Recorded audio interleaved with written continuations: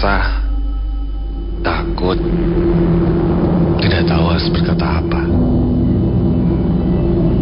Itu mungkin yang kamu rasakan ketika kamu melihat seseorang meregang nyawa tepat di depan kamu. Satu hal yang menakutkan ketika melihat orang itu tidak bernyawa. Dan sekarang, apalagi dalam keadaan yang tidak sempurna. Itu mungkin yang aku rasakan ketika aku mengalami kejadian itu.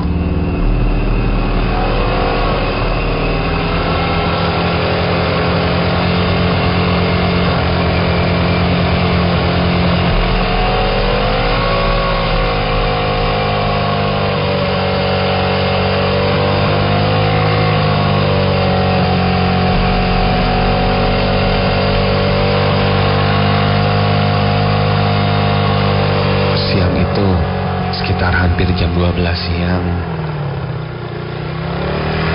aku berboncengan dengan sahabatku Rian hendak pulang ke rumahku di daerah Padalarang. Jalanan yang berkelok-kelok membuatku mengemudi cukup hati-hati. Sampai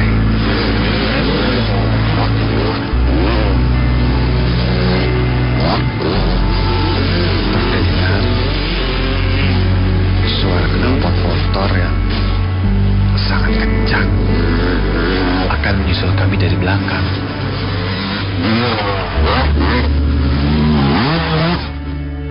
Di salah satu tikungan, motor yang berpengendara 2 orang itu pun menyusul kami.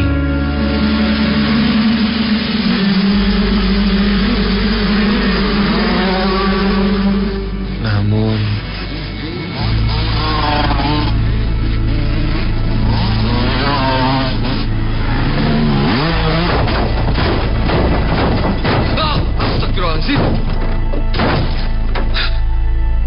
terjadi sebuah tabrakan yang sangat keras.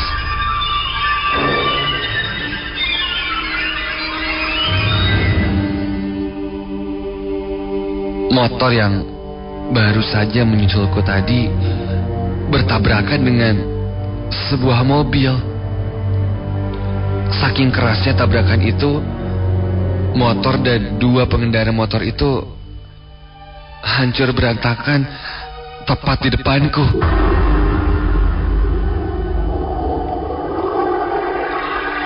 Darah pengendara itu pun berserakan di mana-mana, sampai mengenaiku juga.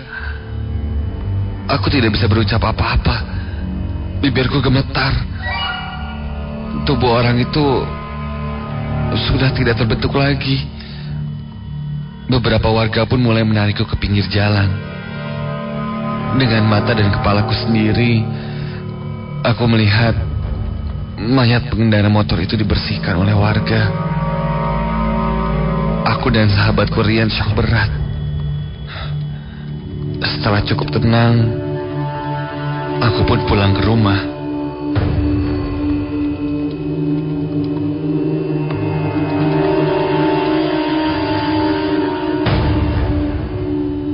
Sampai di rumah, aku langsung masuk ke kamar, membuka jaketku, lalu menggantungnya. Setelah mandi, aku pun mulai mencoba untuk tidur. Pikiranku masih menerawang entah kemana. Dan tak lama mataku pun terpejam.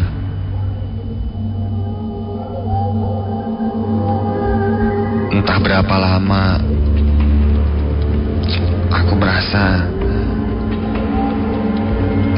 sisi kiri dan kanan badanku mulai terasa seperti terhimpit oleh sesuatu.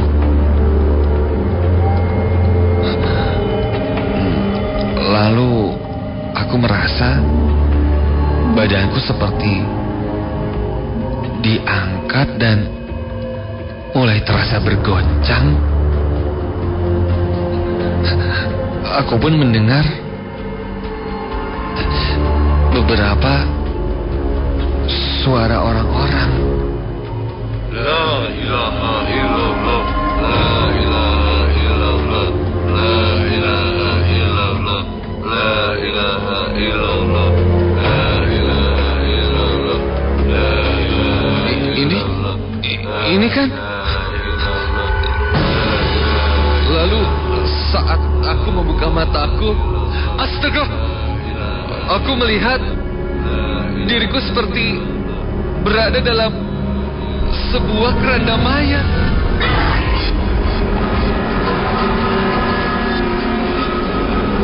yang sedang digiring oleh orang-orang. Tolong! Tolong! Tolong! Semakin kencang aku teriak, suara orang-orang itu semakin keras juga. Aku mulai meronta-ronta sekuat tenaga.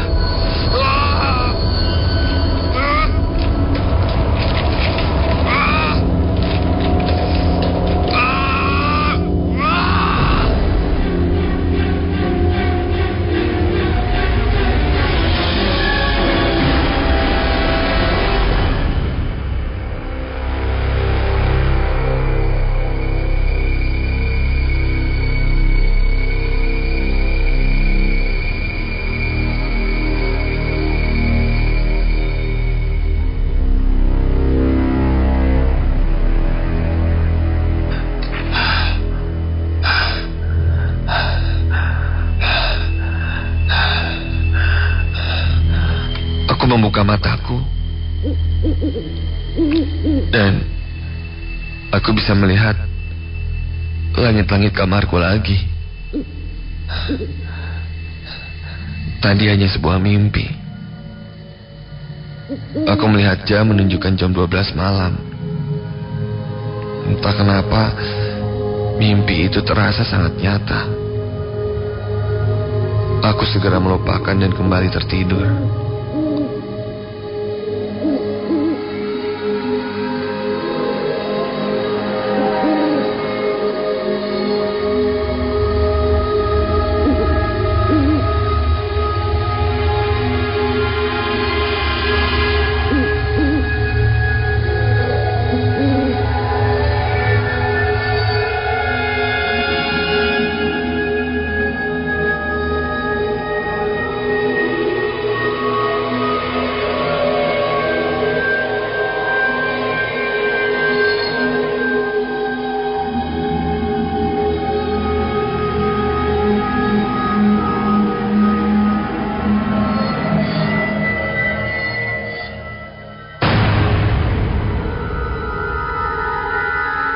Keesokan harinya, aku melakukan aktivitasku seperti biasa. Tapi hari itu aku merasa badanku sangat lemas dan mengantuk.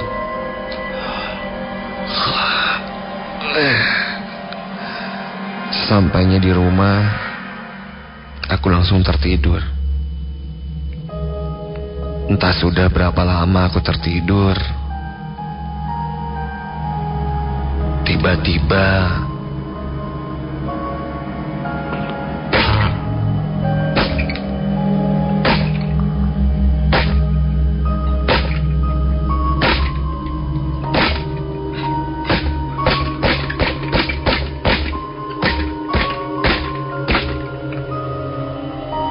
aku terbangun ketika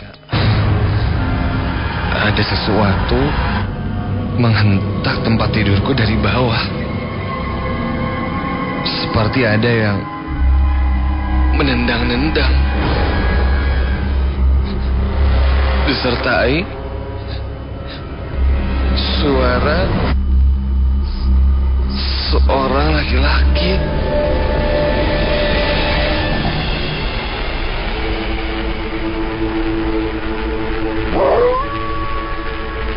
Mana dari saya?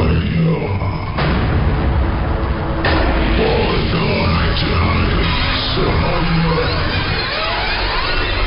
saya?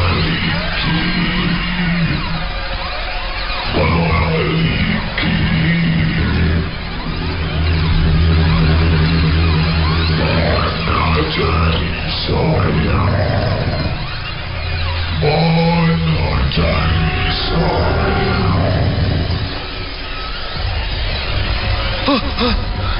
Aku terpelanjat dari tempat tidurku. Perlahan, aku menundukkan badanku dan mulai mengintip ke bawah tempat tidur. Saat aku sibakan selimut yang menutupi tempat tidurku,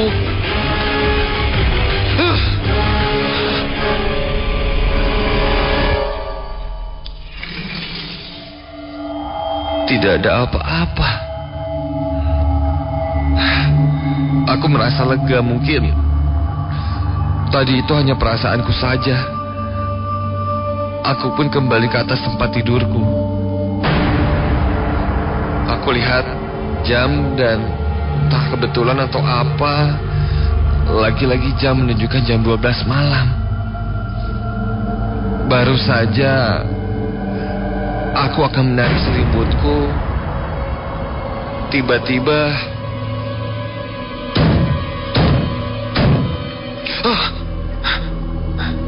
ada yang mengetuk pintu kamarku dengan keras.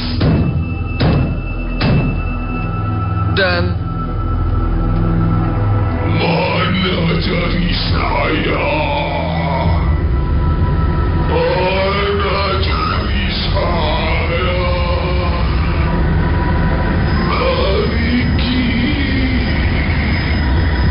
mana jari saya? Mana jari saya?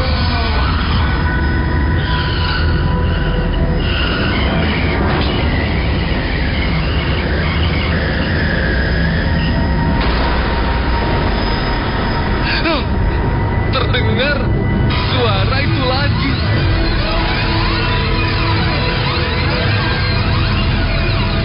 Aku membalikkan badanku ke samping sambil menarik selimutku. Tapi saat aku berbalik, di sebelahku kini sudah ada satu badan sepotong dengan wajah yang hancur, sambil terus berucap, Mana balikin jari saya? Mana jari saya? Balikin jari saya. Mana jari saya?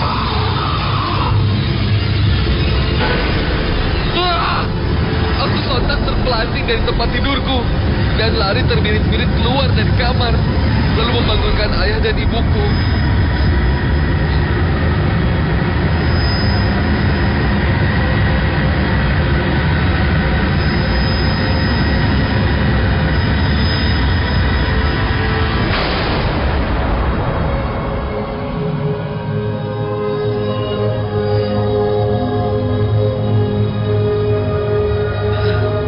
Aku segera bercerita pada ayah dan ibu.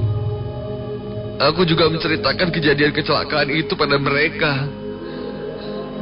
Ayah pun bertanya apa ada sesuatu yang terbawa olehku saat terjadi kecelakaan itu. Aku saat itu yakin tidak ada apapun yang terbawa olehku. Ayahku meyakinkanku untuk memeriksa sekali lagi.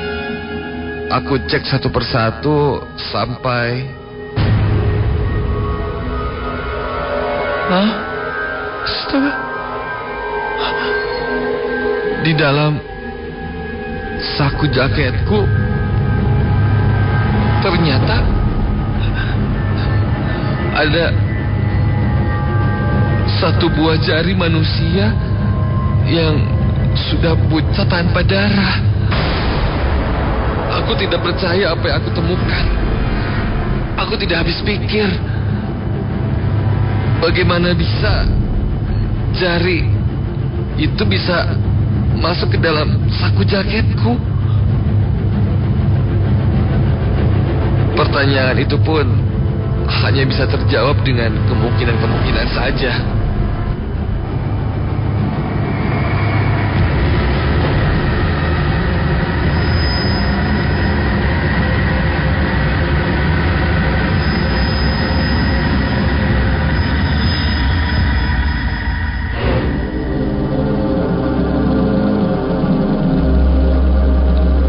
Esok paginya, aku menuju ke daerah sekitar kejadian. Ketika aku datang, ada beberapa warga yang sedang berkumpul. Aku pun bertanya pada warga tentang mayat korban kecelakaan kemarin dilarikan ke rumah sakit mana. Aku pun bercerita kalau aku didatangi semalam. Dan setelah aku menceritakan hasil temuan di jaketku, beberapa warga pun merasa tenang. Karena ternyata malam setelah kejadian itu, setiap malam dan setiap jam 12 malam, satu persatu rumah warga diketuk oleh seseorang yang berteriak mencari sebuah jari. Itu mungkin arwah penasaran dari korban kecelakaan yang mencari jarinya yang hilang dan ternyata ada padaku. Dan kejadiannya itu setiap malam jam 12. Tepat seperti meninggalnya korban saat itu pada jam 12 siang.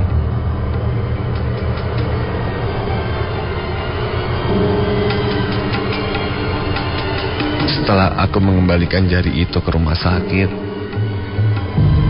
aku dan warga sekitar pun tidak diganggu lagi.